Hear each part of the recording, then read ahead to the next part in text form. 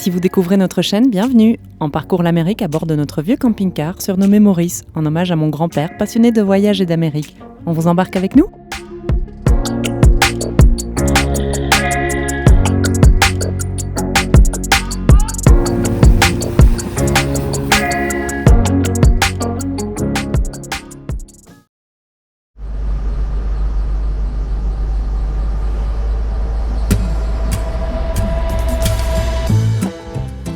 Nous venons d'arriver au Guatemala et le contraste avec le Mexique est déjà frappant. Cette semaine, on a vraiment de la chance car on va vivre la Semana Santa dans la superbe ville d'Antigua. C'est un moment particulièrement intense et symbolique ici, car cette célébration religieuse est l'une des plus importantes du pays et même de toute l'Amérique latine. Elle est extrêmement populaire auprès des Guatémaltèques qui affluent, car c'est l'un des lieux les plus emblématiques du pays pour vivre cette fête unique.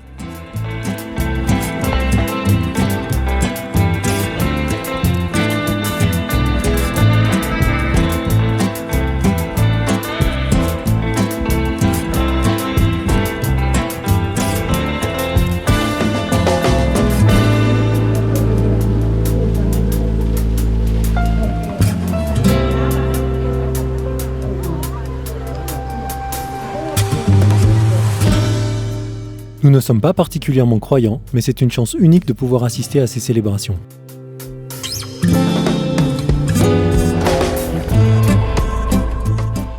À l'occasion de la Semana Santa, une partie de la ville est devenue piétonne. Aujourd'hui, c'est le dimanche des Rameaux, qui correspond à l'arrivée de Jésus aux portes de Jérusalem. C'est le premier jour de la Semaine Sainte. La ville séparée des couleurs traditionnelles violettes et blanches. Le violet comme symbole du carême et du sacrifice, et le blanc pour l'espérance et la renaissance.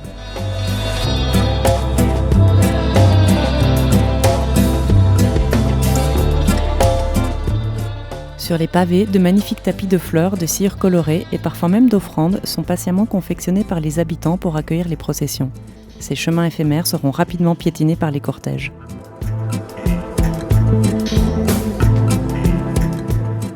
À mesure que la procession avance, la ferveur et la tension s'intensifient.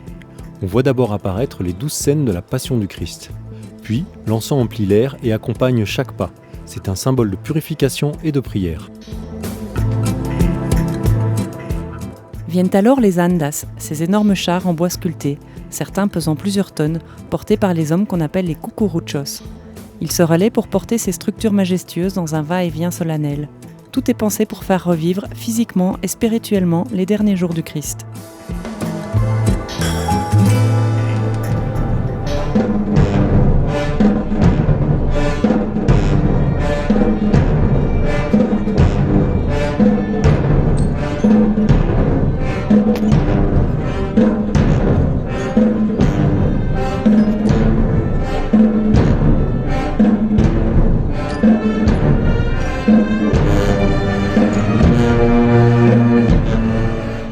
Ce qu'il est peut-être difficile de percevoir à la vidéo, c'est à quel point la musique est le cœur battant des célébrations.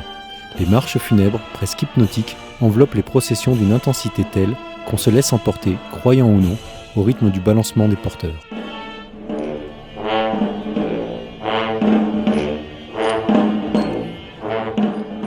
Le premier char, porté par les hommes, ouvrait la procession avec le Christ. Juste après, celui de la Vierge des Douleurs est porté par les femmes en noir et blanc, qu'on appelle cargadoras ou devotas. Ces deux couleurs expriment la dualité de ce jour, l'espérance et le sacrifice vus à travers les yeux de Marie.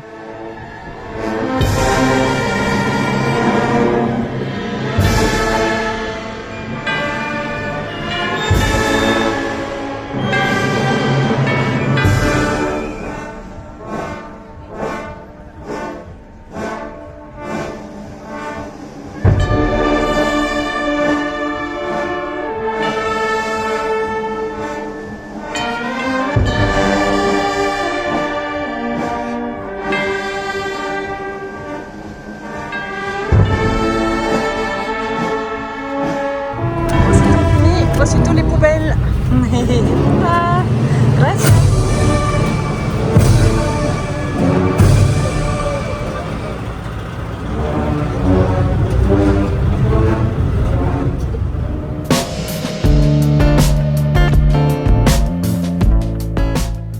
Dès que la procession est passée, la vie reprend rapidement son cours. À quelques rues de là, on prépare déjà son arrivée.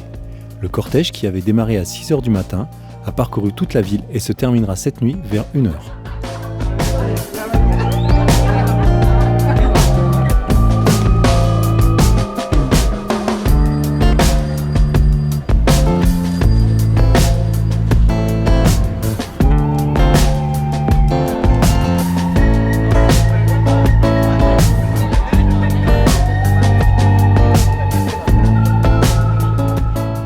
Les habitants décorent leur rue avec une créativité incroyable. Réaliser ces tapis demande beaucoup de temps et d'énergie. En filmant l'un d'entre eux, on a eu la chance d'être invité à mettre la main à la pâte.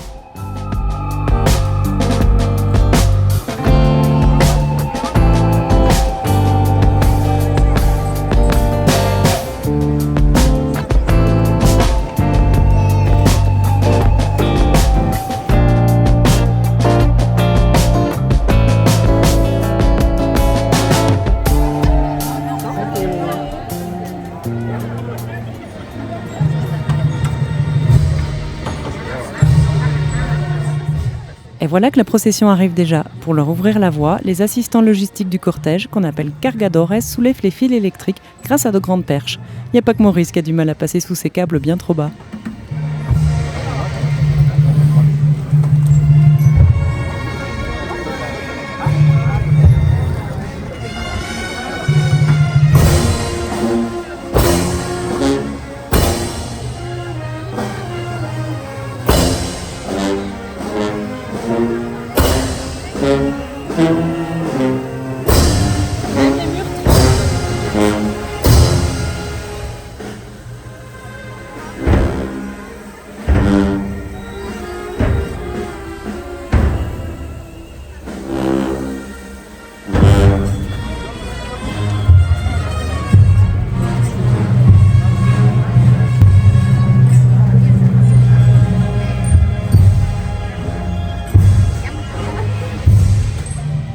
Notre tapis fleuri n'aura pas vécu longtemps, ça nous fend carrément le cœur, même si on sait que son caractère éphémère fait justement partie du sens, une offrande fragile, symbole de sacrifice.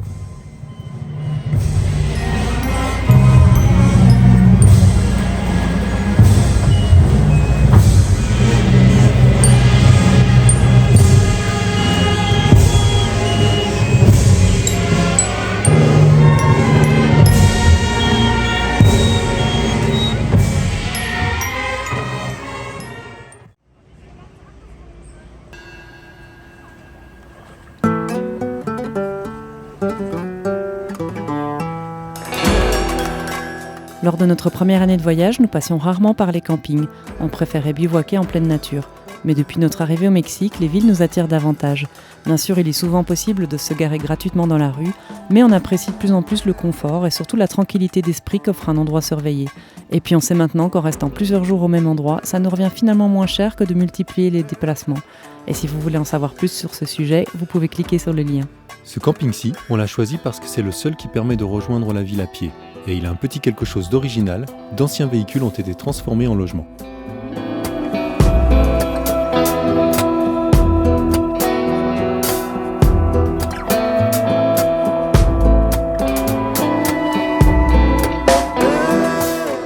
Au fur et à mesure que la Semana Santa avance, le camping s'est rempli jusqu'à créer des tensions.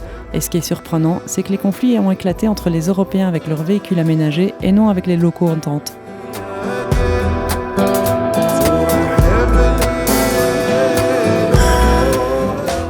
Chaque jour, la ville se métamorphose.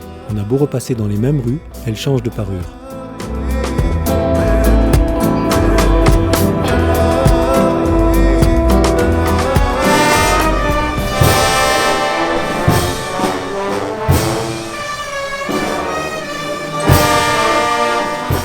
Pendant une semaine, tout va tourner autour de ces processions qui déambulent aussi bien le jour que la nuit. Il y en aura une quarantaine qui quadrillent toute la ville. Les porteurs se relaient toutes les demi-heures de manière très organisée, chacun a son rôle et sa place dans le cortège. Pour participer, il faut s'inscrire à l'avance auprès d'une confrérie et payer une petite contribution.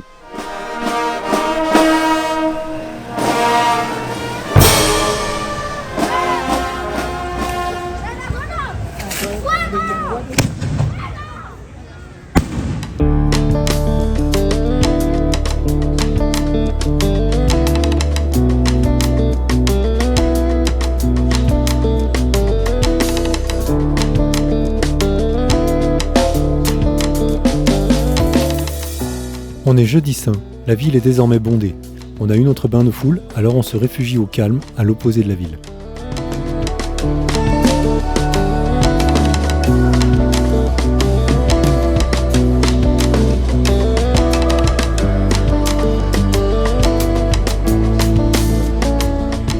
On est dans les ruines du couvent Santo Domingo. C'était un endroit qu'on avait beaucoup aimé il y a 10 ans. On s'était toujours dit qu'on allait revenir.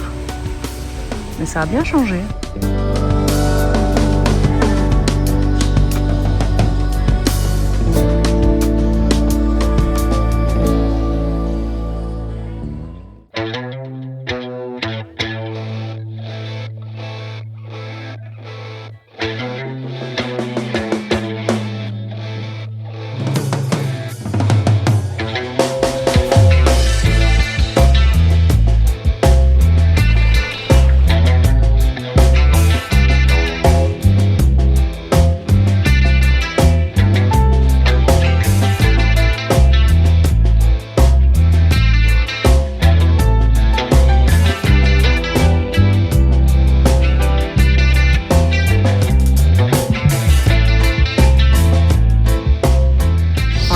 Saint à vénérer.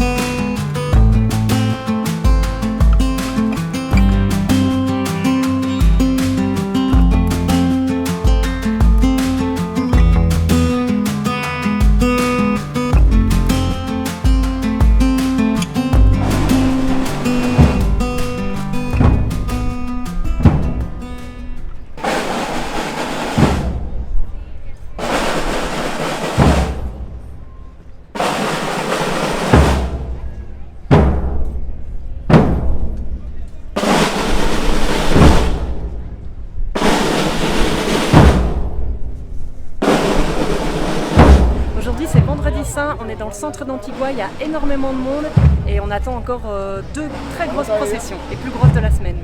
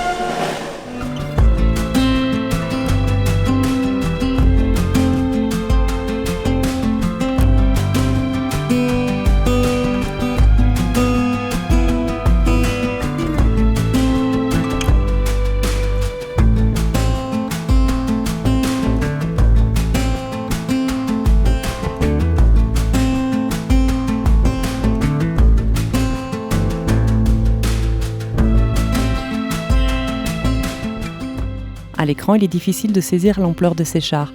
L'un des plus importants à Antigua mesure 18 mètres de long, pèse 3,5 tonnes et nécessite 104 porteurs simultanés. Au total, près de 9100 personnes seraient allées tout au long du parcours.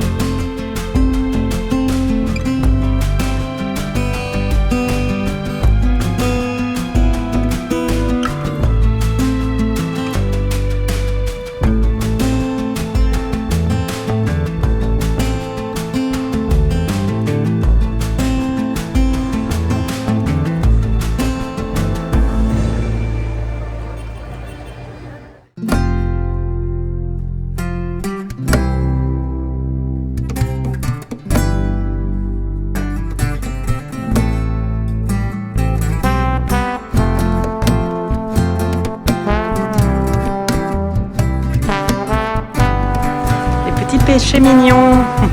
On est au Fournil, la petite boulangerie française de Antigua.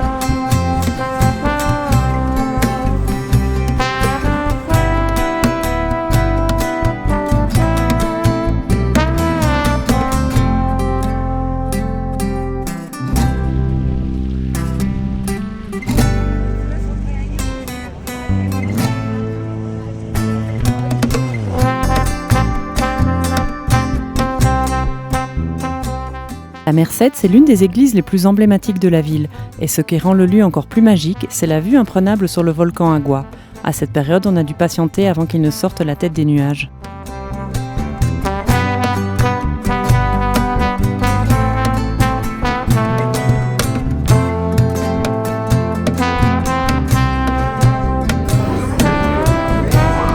Caramélisé, flambé au rhum, Zacapa, au chocolat maison.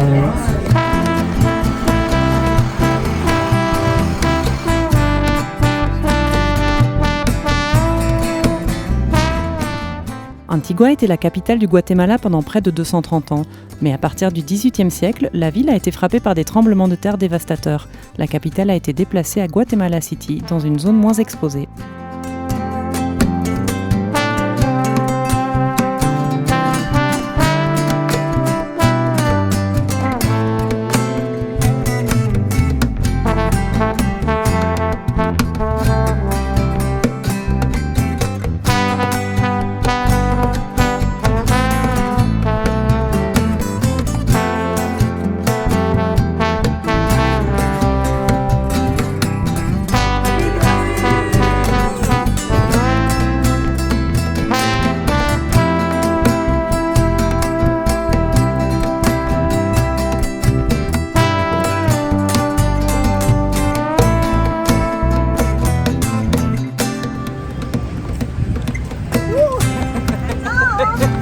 Attends, oui.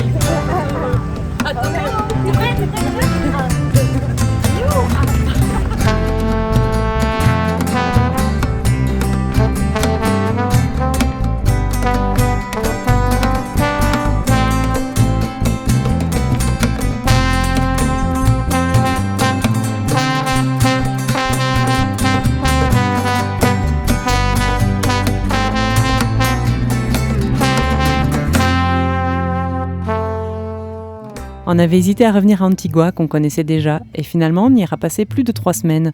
On a beaucoup aimé se balader dans ces ruelles pavées, bordées de maisons colorées de plein pied, avec ces impressionnantes rangées de scooters. Il y a tant de trésors bien cachés derrière de simples façades. Il suffit de pousser une porte pour être surpris. Hôtels, restos, magasins, petits cafés...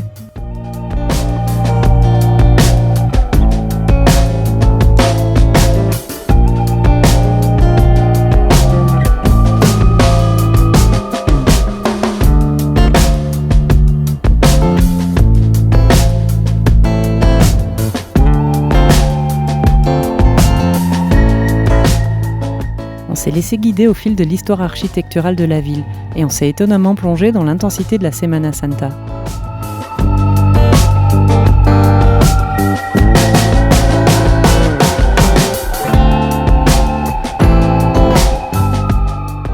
Côté assiette, on s'est vraiment fait plaisir en s'offrant de beaux petits voyages culinaires. Ça c'est du yucca. Des frites de yucca. première fois. C'est meilleur que les frites belges? Jamais de la vie. Mais ce qu'on retient surtout, ce sont les rencontres, de nouveaux visages croisés sur la route et les retrouvailles avec les amis. Fred et Amy, que vous aviez découvert dans une de nos vidéos, toujours sur la route depuis plus de 18 ans. Et puis Lou et Juan, nos compagnons de Mexico City, avec qui nos parties de cartes endiablées ont repris de plus belle ici. On est heureux d'avoir pu rassembler tout ce petit monde à Antigua. Et que font les grands gourmands quand ils se rencontrent? Ils partagent un dessert et élisent les meilleurs profiteroles d'Amérique centrale. Vous l'aurez compris, Antigua, on la connaissait déjà, mais elle a su encore nous surprendre. Et d'ailleurs, on ne vous a pas encore tout dit de notre séjour.